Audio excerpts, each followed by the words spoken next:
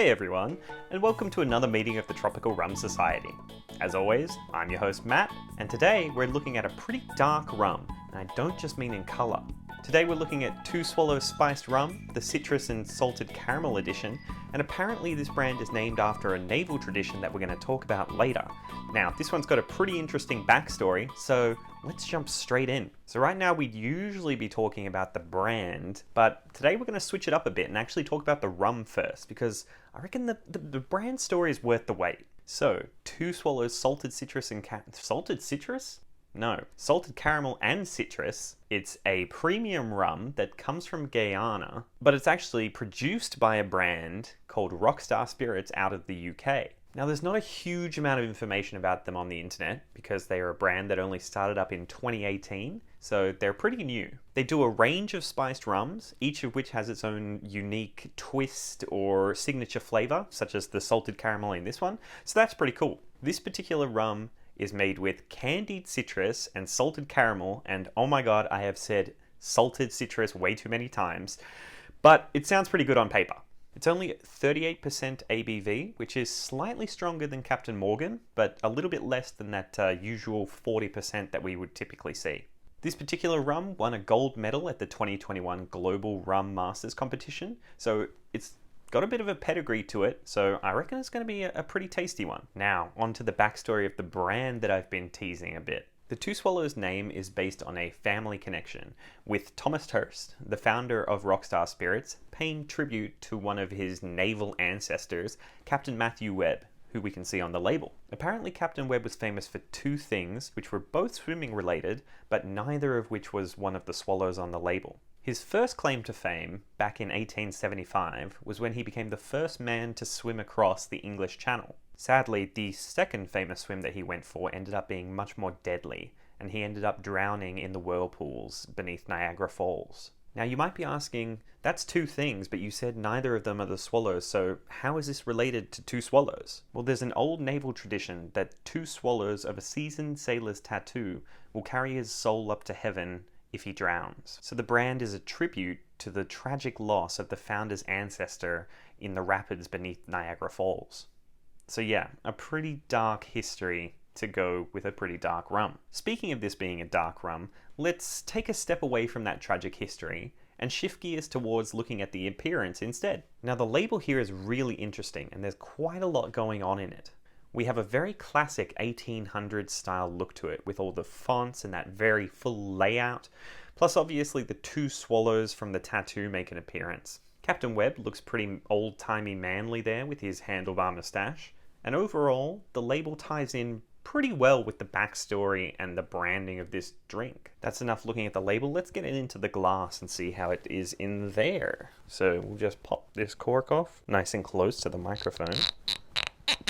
And we'll pour it into the glass.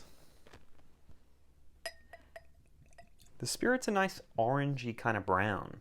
It's quite pretty to look at, and actually it kind of ties in quite nicely with the swallows there on the label with that brown and that orange. It's quite nice. Let's give it a bit of a nose and see what it smells like. That is very pleasantly sweet. There's a lot of kind of creaminess in there and salted caramel. It's really nice. It's a little bit overpowering from anything else, but it is quite pleasant. When you sniff it a little bit deeper and have it some more time to evolve, there's a bit more citrus kind of zest and ginger in there as well, which gives it a little bit more of a warmth and an earthy kind of tone. This kind of reminds me of when someone's like making a pudding, but they've only just put it into the oven and it's like just starting to bake. That kind of like really warm, spicy smell, but not very strong yet because it hasn't had that time to develop and bake in the oven. There's also something that kind of reminds me a little bit of like cola in there too, but it's very faint, so I might just be imagining that one. Now, I am a big fan of sweet things, and this is very pungently sweet, so I am very excited to taste this one and see how it goes.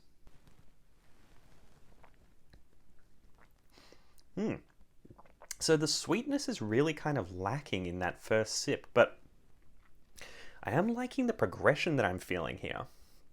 It kind of really, it's heavy on that ginger and like spicy warmth at the start. Then it really kind of smoothed out and mellowed over with some sweetness as it progressed. It kind of felt like the temperature of my mouth was rising, but then some salted caramel came out of the taste of it and started mellowing things out and just smoothing them over and telling my mouth it was fine to just relax and calm down a little bit. There was also a nice little pop of citrus zest that just made it really bright and sparkly, and it's really got quite a lot going on as it progresses through those different flavor stages. The lingering aftertaste is more on that spicy, warm side of things, and ginger is really what's standing out to me now that it's been sitting for a while. But it does feel like it's sitting mostly on the taste buds of my tongue rather than around the entirety of my mouth, which is an interesting feeling.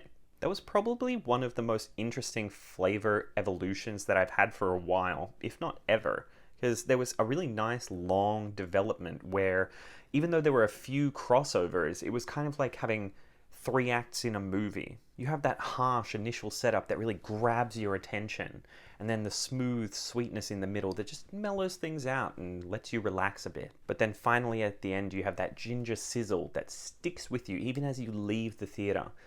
It was a really fun one. I quite enjoyed that. So there you have it, a rum that's not only dark in colour, but dark in its story as well.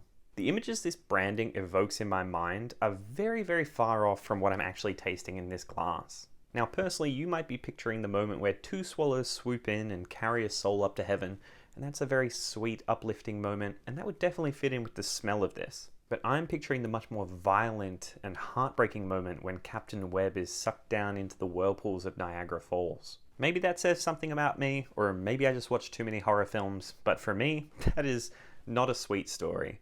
But I guess this does have some spiciness to it as well, some harsh moments to it, so perhaps it does line up more than I thought it did when I actually started speaking this sentence. But regardless of its backstory, I really like this rum.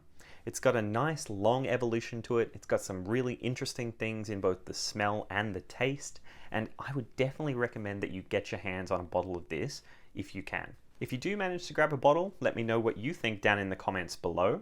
But for now, I think that'll do it this week. I'm going to go get this bottle on the shelf, finish this one off, and I will see you in next week's meeting.